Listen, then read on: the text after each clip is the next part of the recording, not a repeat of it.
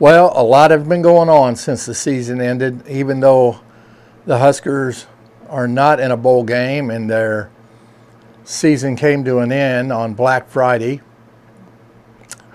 A lot has really happened, and a lot of news that, if everything comes true, is going to be exciting and just, to me, probably proves Rhule's on the right track, Rhule's the right guy.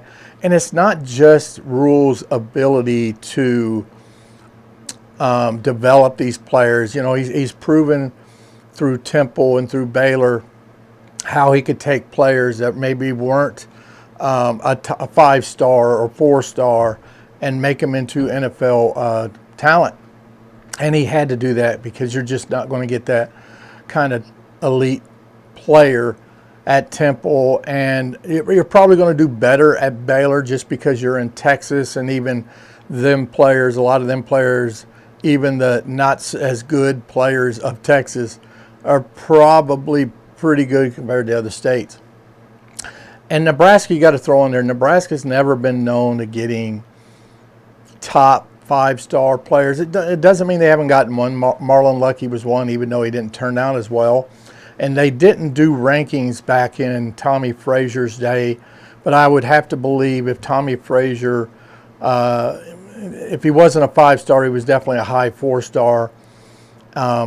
He probably, to me, would have probably been a 4-star just because back then they didn't think mobile quarterbacks, option-styled quarterbacks were really that great. And I proved my point by the Heisman Trophy that Tommy Frazier should have won, and it should have been his, the best, to me, the best player. And they gave it to Eddie George at Ohio State because they just didn't see an option quarterback as that kind of, it's a little different now because a lot of the quarterbacks now, even though they don't really run the true option, they're very mobile quarterbacks. You just didn't see it. Look at Doug Flutie back in his day. He didn't get drafted and all that, mainly because of his height, but has won everywhere he's went. And I think if it would have been this year, an example would have been, Kyler. He's only about 5'8",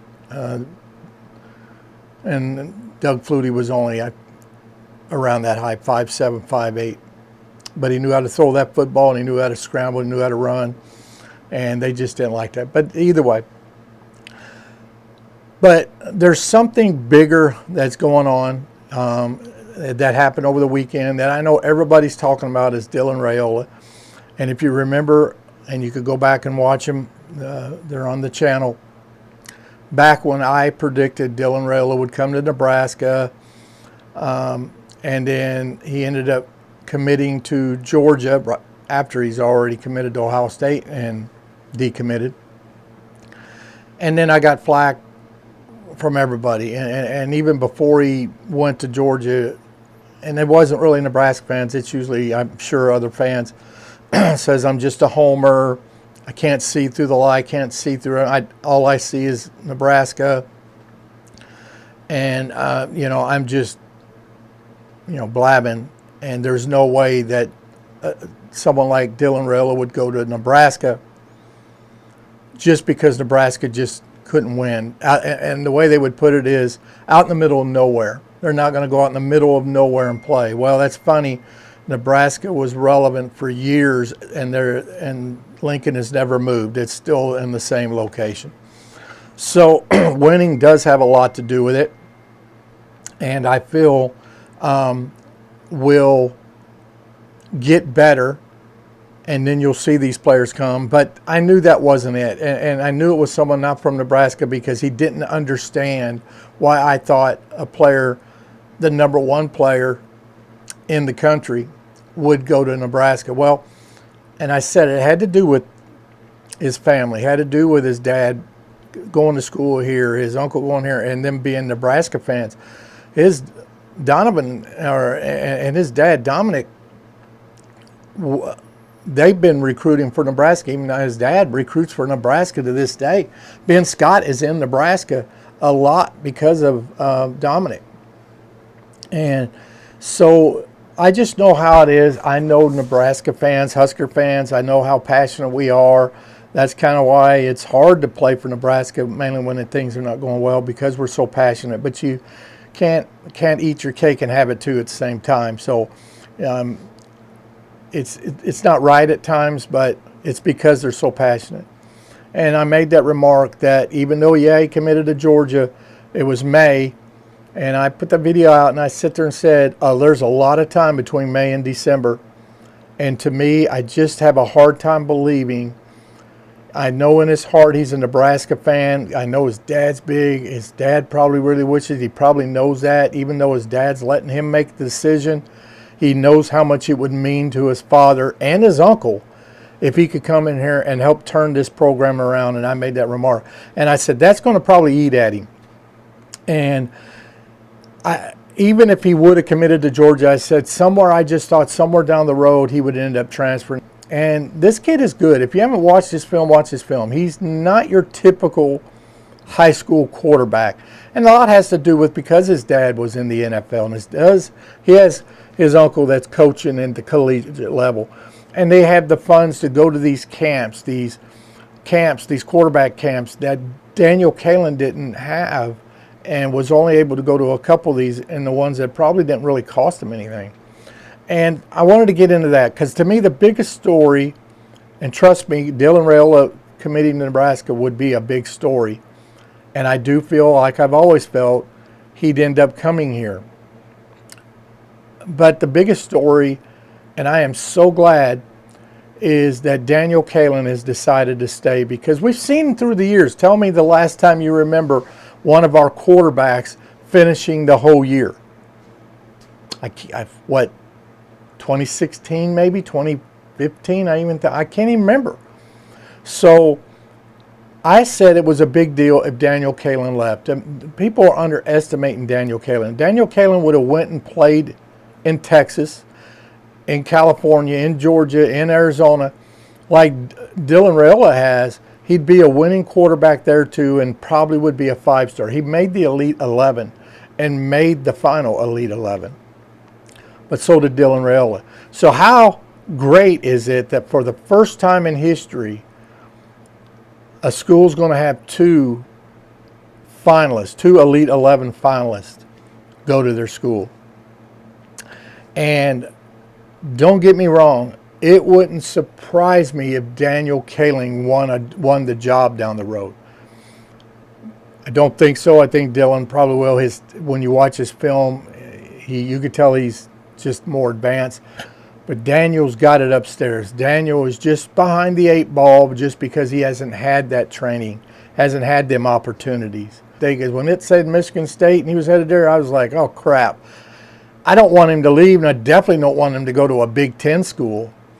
You do not want to face Daniel Kaelin. And so I feel like down your road, we're going to need Daniel Kaelin. And then we're going to be happy he stayed here. So now we need to think about, we need to get some support for these two gentlemen. We need to get some better top-notch receivers. And I feel like Malachi Coleman's going to be a good one. So, Doss and they're going to be some good ones. But I would have loved to see one of those transfers, one of those. So I love to see Fleming to come here. And it doesn't look like he's going to. It looks like he's going to go to Penn State, which, again, I didn't want that to happen. But, he was already in the Big Ten, so it ain't a big loss.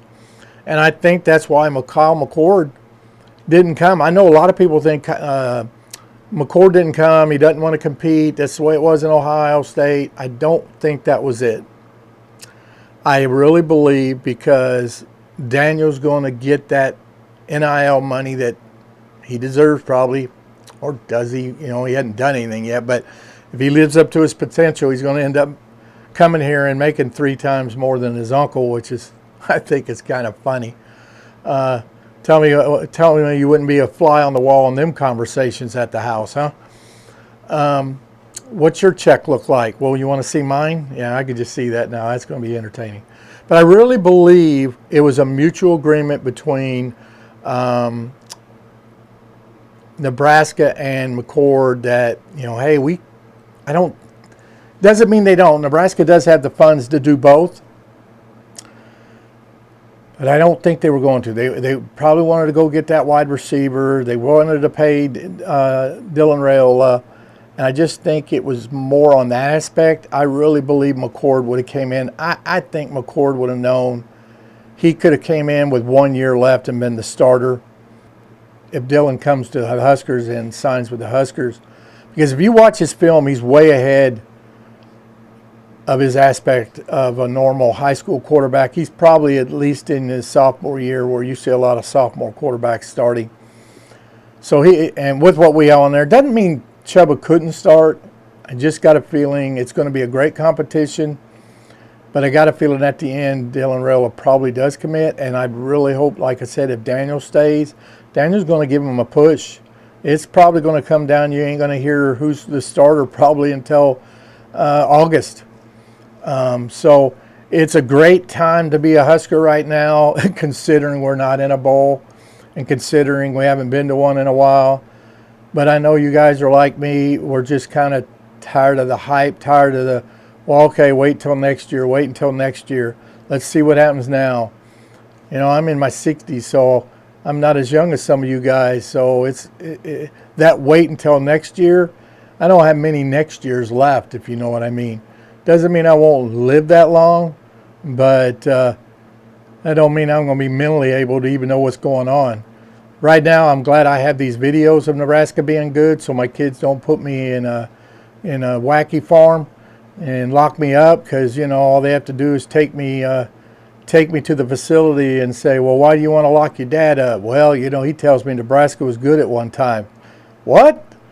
Yeah, we need to lock his ass up. So I'm glad I got all these videos and YouTubes where I could show them, because they don't believe me at one time how good Nebraska really was. That Nebraska was the Alabama, the Georgia of the 90s. And so it would be nice to get there, but I'd just take just being in that conversation, kind of like Nebraska was before the 90s. They were always in that conversation. They could get there and have to win one more game to get to that championship game, or win this one or that one, and wouldn't do it. So let's take it one step at a time, and let's at least get to that bowl game and then compete. I think if Dylan comes here, I believe he starts. If we could get that one more piece, that maybe that receiver, and I got a feeling we're going to be in the hunt next year. We're not going to probably win the Big Ten, mainly with it the way I would have picked us to win the Big Ten West. But I think we're going to be in the conversation, and I guarantee you we're going to surprise a few teams. Wouldn't be surprised we don't surprise Ohio State. Wouldn't be surprised we don't surprise UCLA or USC next year. But I could see 8 or 9 wins next year for sure. I know I'm jumping ahead of myself. Again, thank you, everybody. And if you haven't done so, please subscribe. Give this video a thumbs up, and help it get out. If you don't mind doing that for me, I'd really appreciate it. But until that next video, guys, go Big Red.